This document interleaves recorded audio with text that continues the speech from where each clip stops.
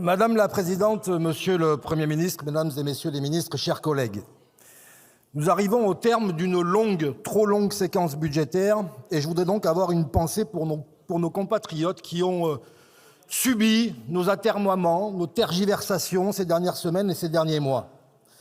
Beaucoup se sont demandé, y aura-t-il un budget à Noël ?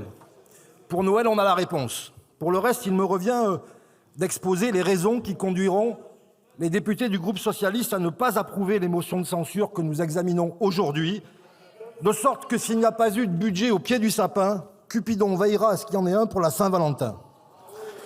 Ce budget ne sera pas le nôtre. Il sera d'ailleurs à peu près le budget de personne. Et c'est bien parce qu'il sera celui de personne qu'il peut être celui de tout le monde. Mais ce budget sera, et il ne sera pas, celui de l'extrême droite. D'aucuns considéreront que c'est bien peu. Les socialistes considèrent qu'éviter le pire, ça n'est jamais bien peu, et qu'à cet égard, ils ont fait leur devoir. Ils ont fait leur devoir là où Emmanuel Macron a fui le sien. En installant une assemblée sans majorité au lendemain de la dissolution, le président de la République aurait pu prendre ses responsabilités. Il a préféré les transférer en quelque sorte à la représentation nationale, dont acte. Depuis 2 ans, nous avons donc assumé ces responsabilités dans la clarté et la constance. Ni posture, ni stratégie du chaos, ni ralliement. Nous avons fait le choix de nous mettre au service des Français avant de nous mettre au service de nous-mêmes, et il n'est pas question qu'on s'en excuse. Nous avons fait le choix de ne pas censurer a priori, en participant activement au débat et en le faisant avec l'exigence que nous devons à nos concitoyens.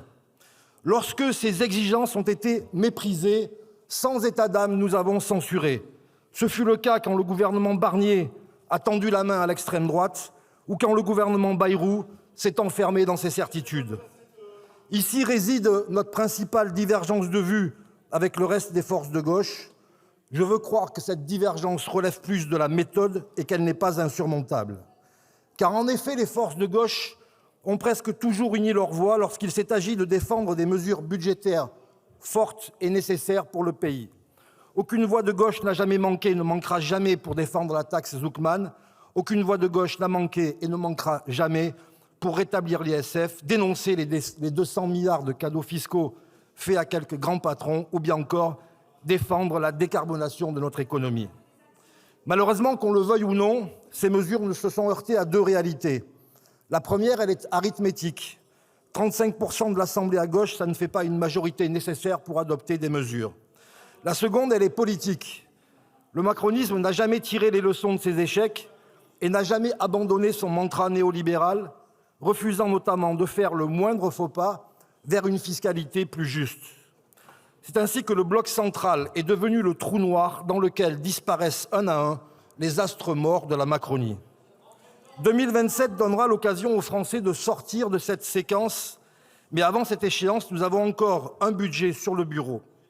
2 chemins s'offraient à nous pour l'aborder. Le premier consistait à se jouer d'une constitution qui n'a pas été pensée pour une assemblée sans majorité. Nous pouvions bloquer les institutions dans l'espoir d'une hypothétique censure, d'une hypothétique dissolution, d'une hypothétique présidentielle anticipée et de son hypothétique résultat. Pendant ce temps, les difficultés d'accès au logement des Français ne sont pas hypothétiques. La baisse de pouvoir d'achat n'est pas hypothétique. Les faillites d'entreprises ne sont pas hypothétiques. Les besoins de notre armée face aux défis du monde non plus. L'autre chemin, celui que nous avons choisi, c'est celui du débat parlementaire, du rapport de force aussi. Nous l'avons choisi parce que les socialistes sont en prise avec les réalités du pays. Des réalités qui arrivent à leurs oreilles et s'exposent à leurs regards. Des réalités qui accablent ceux qui ne vont pas bien et qui nous demandent de ne pas précipiter la France dans l'inconnu pour ne pas rajouter de l'angoisse à leur angoisse. Et quand les socialistes se tiennent aux côtés de ceux qui ne vont pas bien, ils sont à leur place. Ils sont là où ils doivent être, aux côtés des vulnérables, aux côtés des salariés, aux côtés des commerçants et des artisans, aux côtés des jeunes et des retraités, aux côtés des fonctionnaires. Ils sont là où ils doivent être pour défendre ce que finalement, ceux qui n'ont eu finalement que les socialistes pour défendre leur sort dans cette séquence budgétaire. Ce chemin, c'est celui que nous avons emprunté avec un petit bataillon de députés, guère plus de 10% de cet hémicycle, dans le seul but de repousser des périls, d'arracher des progrès, de faire bouger les lignes d'un budget dont la copie finale est très éloignée de la copie initiale. J'étais récemment dans un lycée où un élève m'a posé une question très directe avec des mots à lui. Ils ont servi à quoi, les socialistes, ces derniers mois? C'est une question presque brute, mais elle contient dans sa simplicité la profondeur des grandes interrogations populaires. Eh bien, les socialistes ont servi. Ils ont servi à suspendre une réforme des retraites injuste pour que les Français tranchent cette question souverainement lors de la prochaine élection présidentielle. Ils ont servi à repousser l'année blanche, faute de quoi le pouvoir d'achat de nos retraités aurait été rogné et les prestations sociales gelées. Ils ont servi à défendre les Français qui travaillent en négociant une hausse de la prime d'activité. Ils ont servi à remettre la jeunesse de ce pays au centre des débats pour préserver les moyens consacrés aux bourses étudiantes et entériner le repas à 1 euro. Ils ont servi à faire voter des mesures d'urgence pour nos agriculteurs et pour les territoires ultramarins, toujours écoutés, rarement entendus.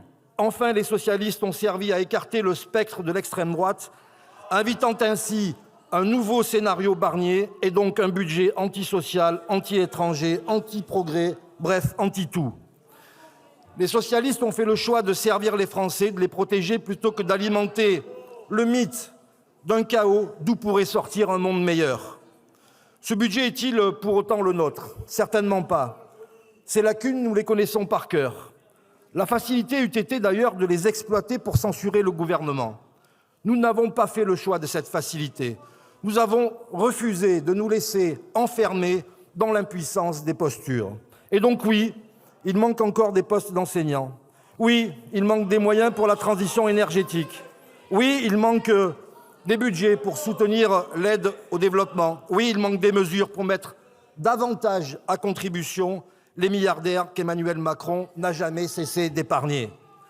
Ces insuffisances budgétaires auraient probablement mérité une plus grande mobilisation de la gauche pour qu'elles soient peut-être corrigées. Ça n'a pas été le cas. C'est ainsi. Nous respectons les choix de chacun. Fallait-il faire tomber un 3e gouvernement en 2 ans, sur les bases d'un budget qui n'est pas le nôtre, certes, mais sur lequel nous avons pesé pour en améliorer significativement les contours? Cette question se pose dans un contexte inédit. Ce contexte, il est fait d'une situation politique sans majorité possible, d'un antisémitisme rampant, d'un racisme décomplexé, d'une guerre en Ukraine qui n'en finit plus, d'un impérialisme américain qui met l'Europe à l'épreuve. Ce contexte, c'est aussi l'exaspération de nos concitoyens fatigués du cercle parlementaire, le cri d'alarme de nos paysans, l'angoisse des chefs d'entreprise qui avancent dans le brouillard. Et c'est à l'aune de ces réalités vécues et sur la base d'un budget de compromis que nous avons pris la décision de ne pas censurer le gouvernement. Cette non-censure n'est ni un blanc-seing, ni un renoncement. Elle est la marque de notre capacité à faire un choix exceptionnel dans un moment politique exceptionnel après des semaines de négociations difficiles. Elle n'est pas non plus, Monsieur le Premier ministre, un solde de tout compte. Notre main n'a jamais tremblé lorsque les promesses n'étaient pas tenues. Alors soyez certains de notre vigilance à la bonne exécution des engagements qui ont été pris devant nous et surtout pour les Français.